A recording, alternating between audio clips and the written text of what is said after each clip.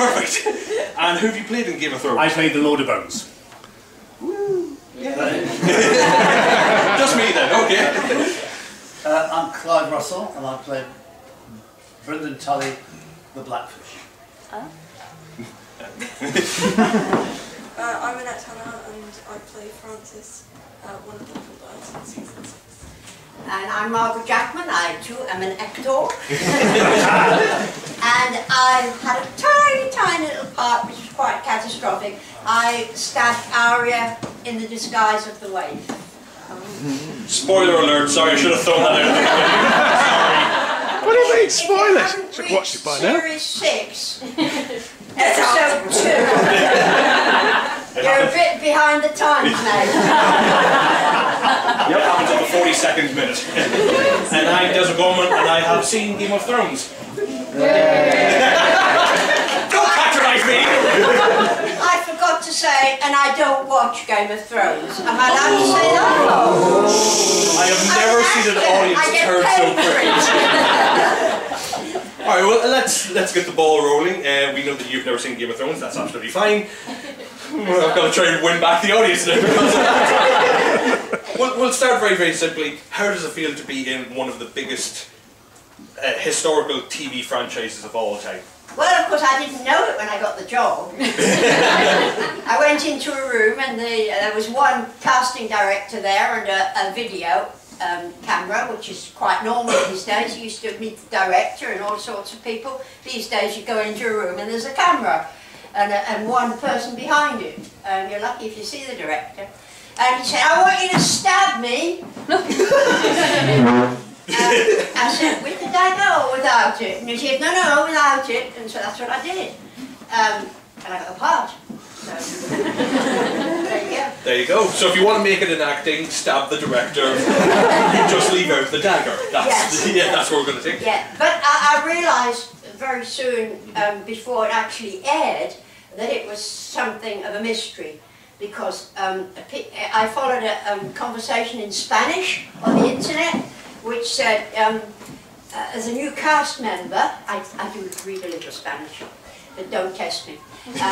There's a cast member called Old Lady, but it's Margaret Jackman, and she's an actor, and she's got a history. Well, who doesn't?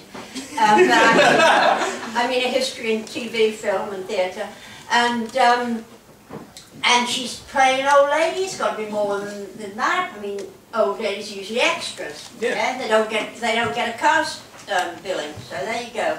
I realised there was something important, so I kept following that conversation, and I discovered that actually people all over the world were going mad. So and it hasn't stopped. So it hasn't. I've come to places like this. You see, I never knew cons existed. Until I had my invitation, and now, wow, it's quite a business, isn't it? You've caught the bug, have you? Yeah. Yes? Yeah, I love it. I meet loads of people that I wouldn't see otherwise. Yeah. Well, you're very welcome. And we'll continue on. For yourself, what's it been like to be a part of this franchise? Well, I also, in my audition, I also had to stab something. Did you? Wow! Very stab. It was much more innocent. It was like a pillow with a spoon. We were in a room, I think there were like 6 or 5 kids. Yeah. And they're just like, right. So you have to say, like, they gave us the script on the day. Oh. So you have to say these lines and stab the pillow with a spoon. Like, just one by one, and I guess they liked the way I did it. Did you use the handle of the spoon, or did you use the spoon? That's a good question. That's a very important question. Yeah, I'm a bit of an intellectual, you'll notice. Yes! I can't remember. All I remember is that I think the way I stabbed it kind of hurt my hand. Wow, you gave it your all then. Yeah, apparently, my mum took me, and apparently she could hear me screaming and stabbing the outside of the room. But I think, like, being part of Game of Thrones, like, as a whole, like, being part of anything, it's great, because it's like, you know, you literally become immortal. Yeah. True. Well, it's nice when you're 80 to know you're going to be immortal.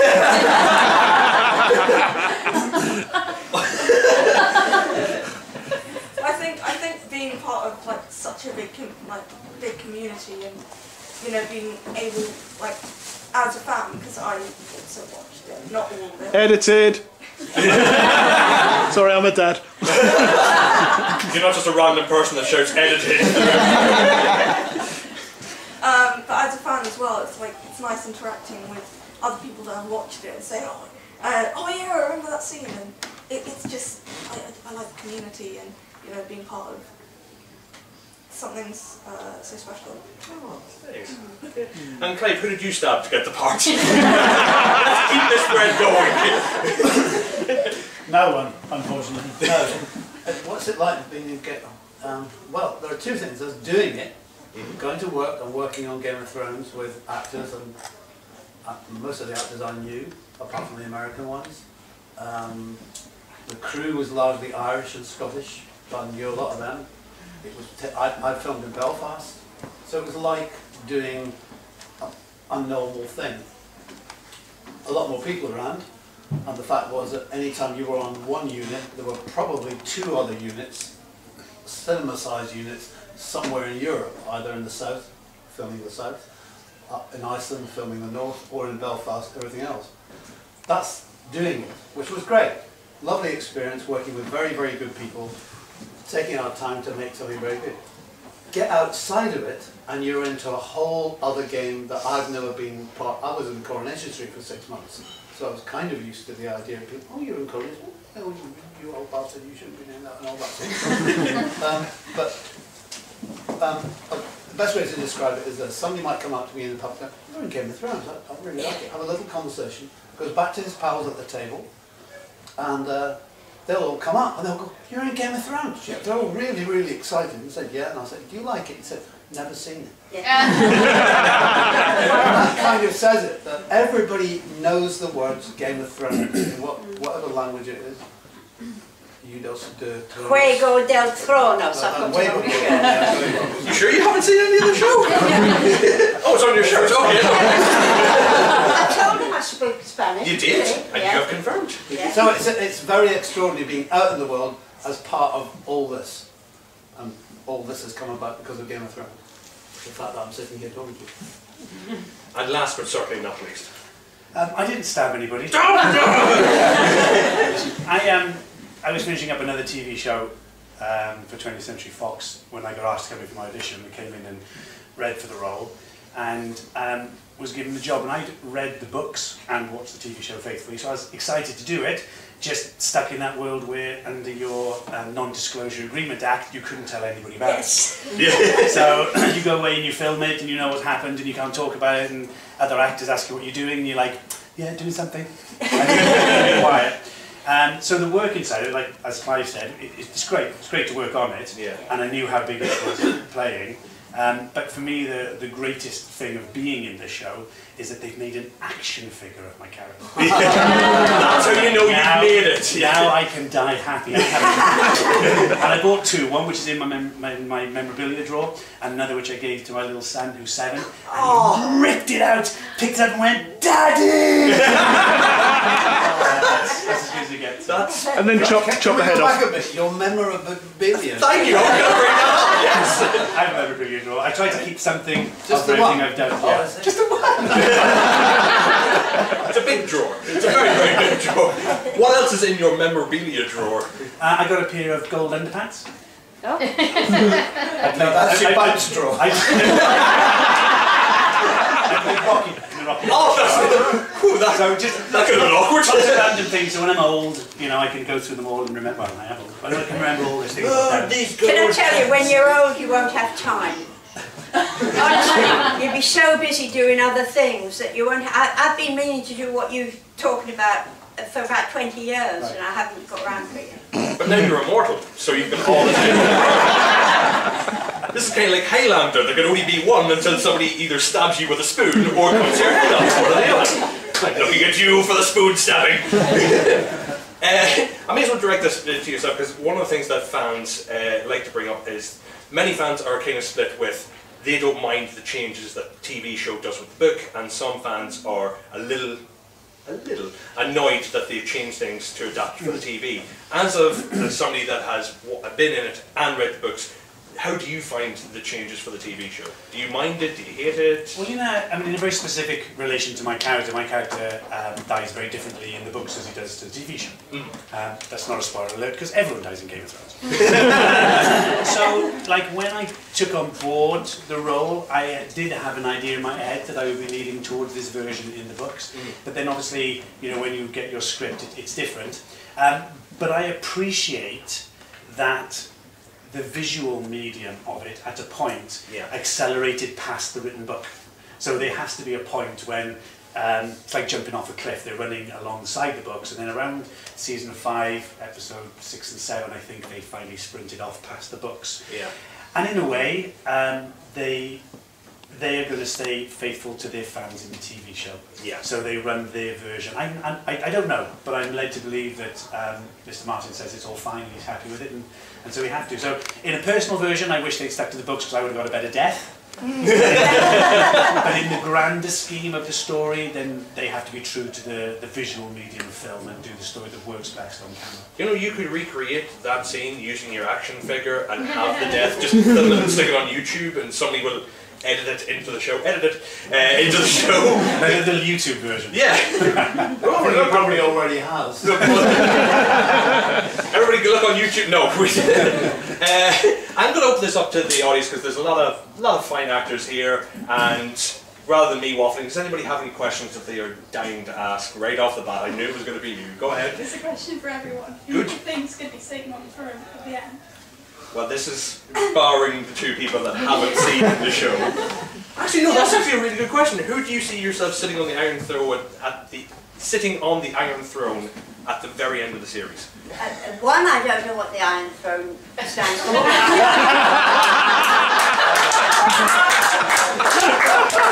Game of Thrones actor here. The big metal chair made of swords. Yeah, I understand what a throne is, and I understand also iron, yes.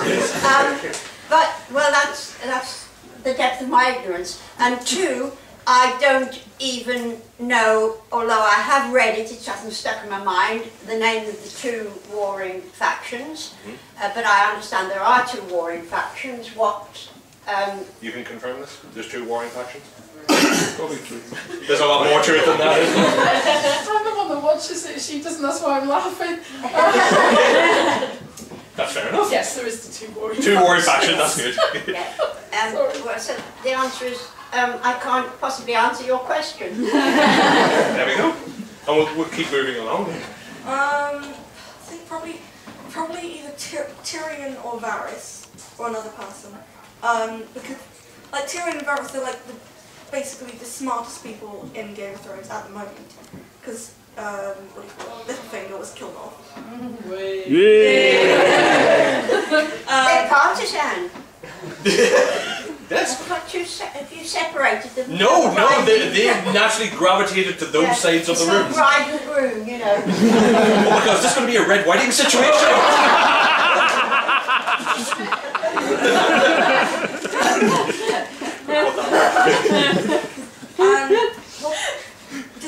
I'm not sure if anyone remembers this, but people who have watched season 1, and does anyone remember Syria Farrell? He taught Arya Stark. To fight. He was a guest last year. Yeah, maybe. Yeah, no sauce, he's lovely. I met him once and he was brilliant. You stabbed him. Just look it on YouTube. She beat him with a stick. That part was an accident. Oh, actually, Facebook. We'll come back to that. We're going to circle back to that. Okay. But because if anyone remembers, I think he's never killed on screen. It's just like he's about to fight. He did. And He did tell me that last year. You said it last year. I questioned him a lot last year about that. So if anything, I think the more comedic route would be either Dany or Jon Snow either sits on the Iron Throne, finally done it, and then Syria just creates behind it. Can't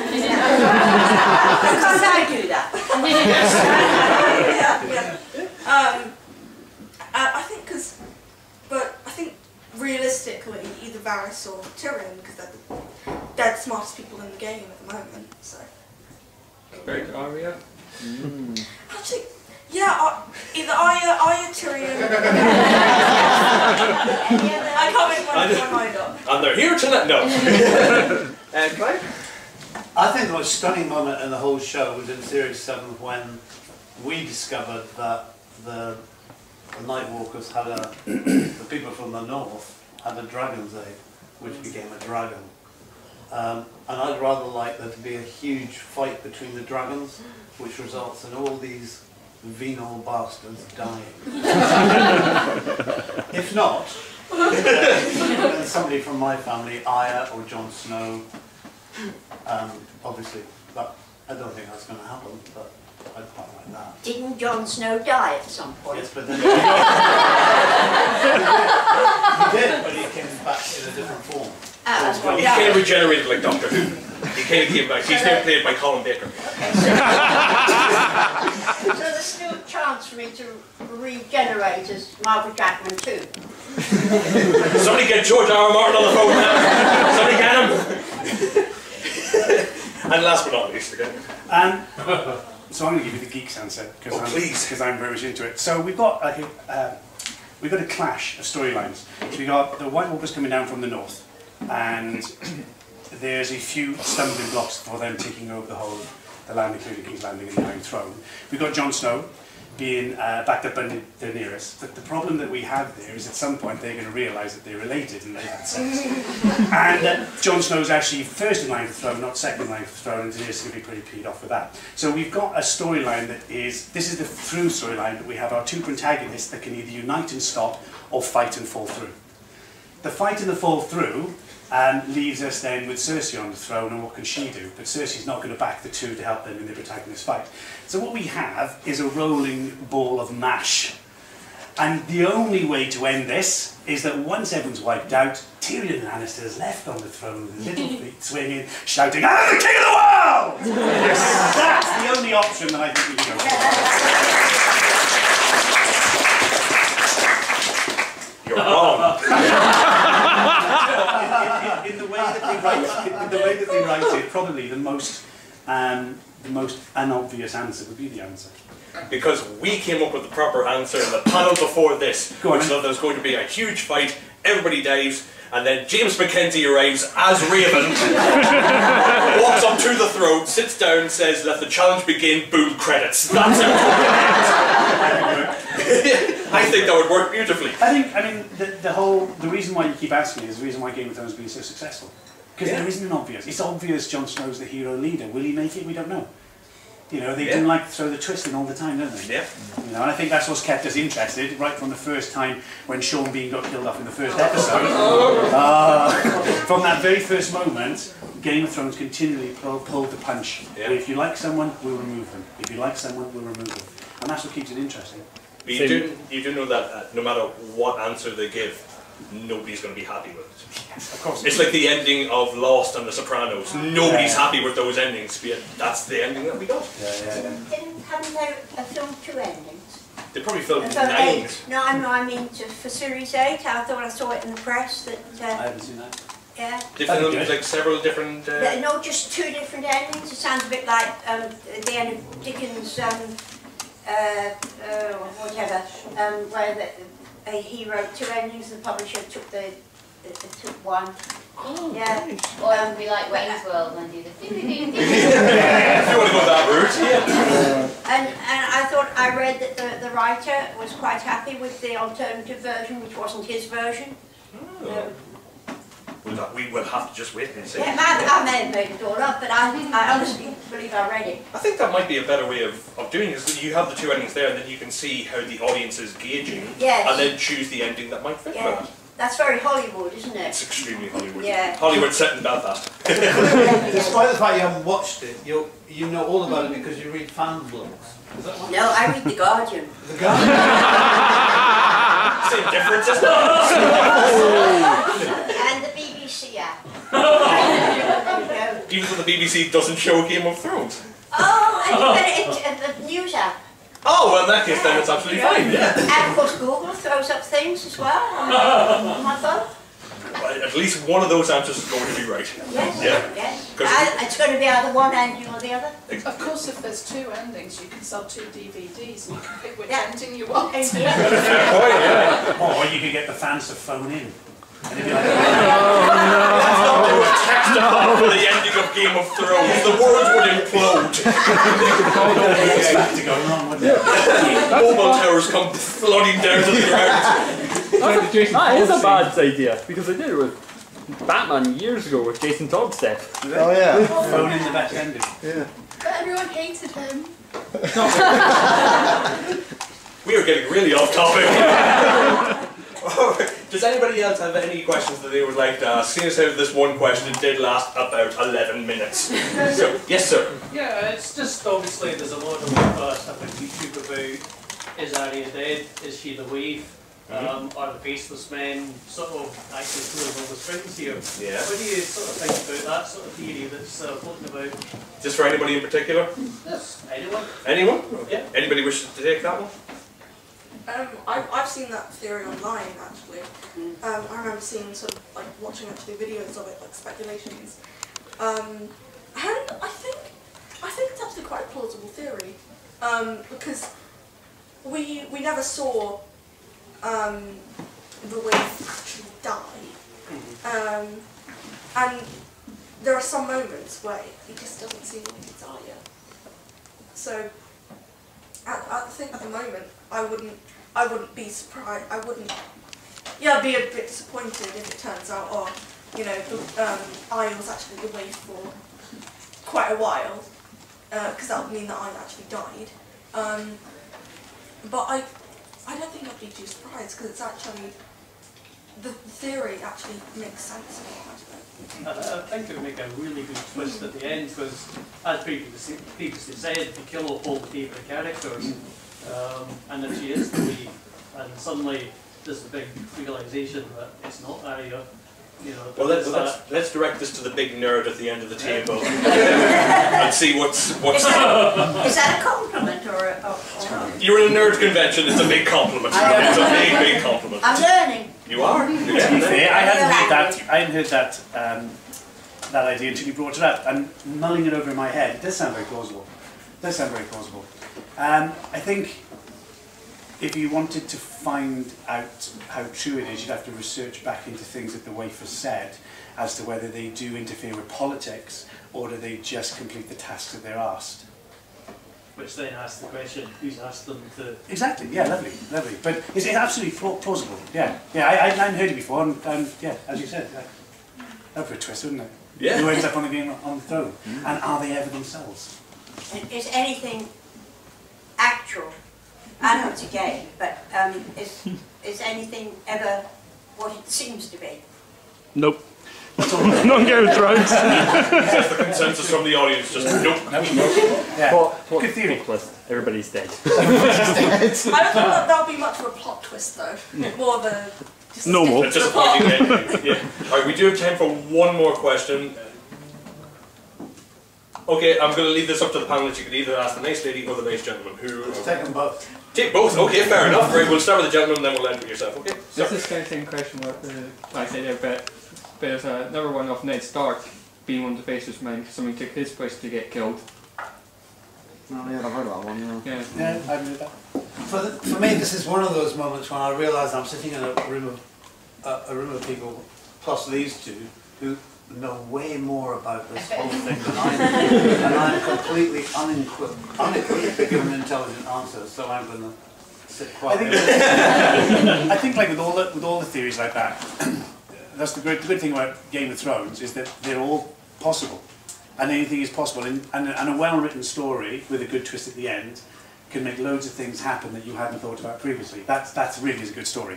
And makes you go back again and read through again to see the clues that you missed. Yeah. I don't remember it said in the book, but Ned Stark's wife said Ned's bones were shorter, like his body.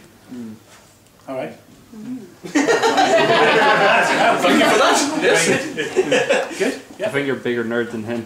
And he was in Game of Thrones. Fight! Not right now. And last but certainly not least. What's your favourite house and why? Oh. For me, straight up, I like the wildlings. I think in Game of Thrones they were portrayed a little bit badly as being the bad guys, but the wildlings were just people who didn't want to be ruled with Iron Throne. They went north of the wall to find their own version of freedom. And so on that aspect, I like that, you know, being the kind of person who, today I can associate that because we choose our own government, whether you like them or not. I kind of like that rather than the royalist side of it. My family's motto is family, truth and honour, and I think by and large the descendants of our family have tried to live by that motto, and that would make it my favourite, apart from wanting to win the Game of Thrones. I'm going to say a really unpopular opinion. It's not my favourite, but it's...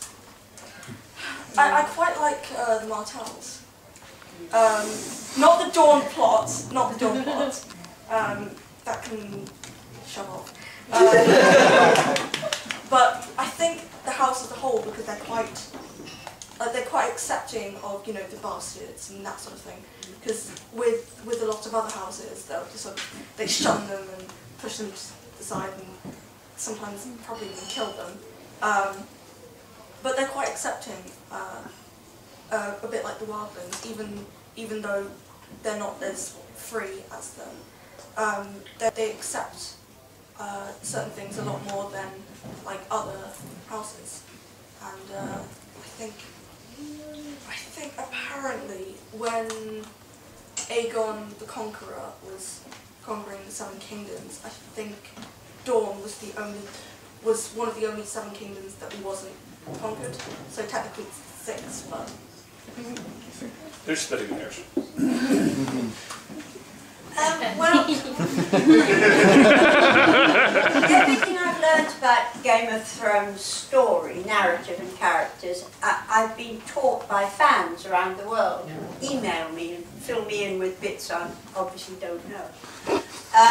But houses they haven't introduced me to. I did have to learn the different areas, the geographical areas, for something else I've done, which I can't divulge to you at this moment. But watch this space. No, this space, something's going to happen right now. I know. Sometime in the future, next year, sometime. Never. So it's either going to happen But I got paid for it. Oh, well, that's the important part, yes. But I can't tell you what it is. You know what I'm talking about, yes. You too! Yeah. And for me, Hufflepuff.